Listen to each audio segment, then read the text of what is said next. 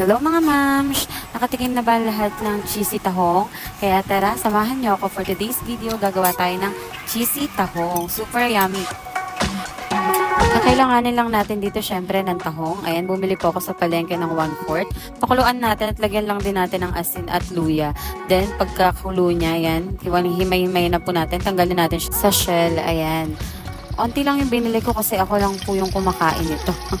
Yan, gisa na po natin, luya, sibuyas at bawang. Yan, lagay na po natin yung mga hinimay nating tahong. Maraming benefits ng tahong mga mams.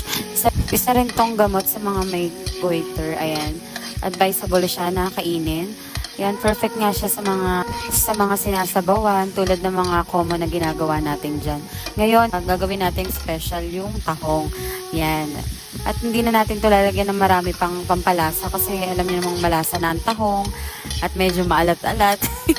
O huwag kayong mag-green dyan. Ayan, magluto lang kayo dyan na. Focus tayo, focus. Nilagyan ko lang din po ng onting asin at paminta. Then, tubig, onting tubig lang. Tapos nilagyan ko rin to ng onting sili. Yan, para medyo may onting sipa yung anghang.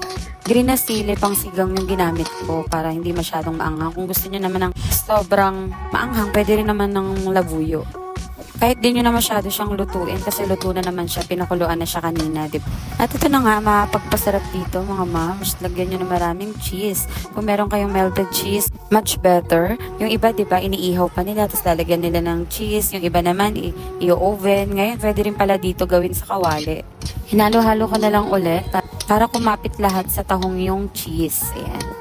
Siya na, luto na ang ating cheesy tahong. O diba, picture pa lang, nakakatakam na. Kaya kung wala ka pang ulam ngayon, mga moms, ito na, itry nyo na po. At ako ay itatry ko na, unang subo.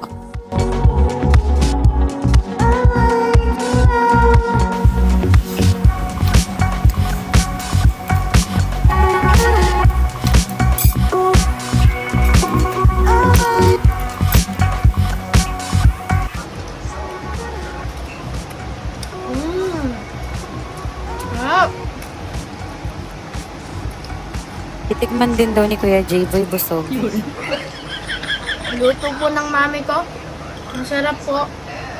Thank you for watching. Follow for more.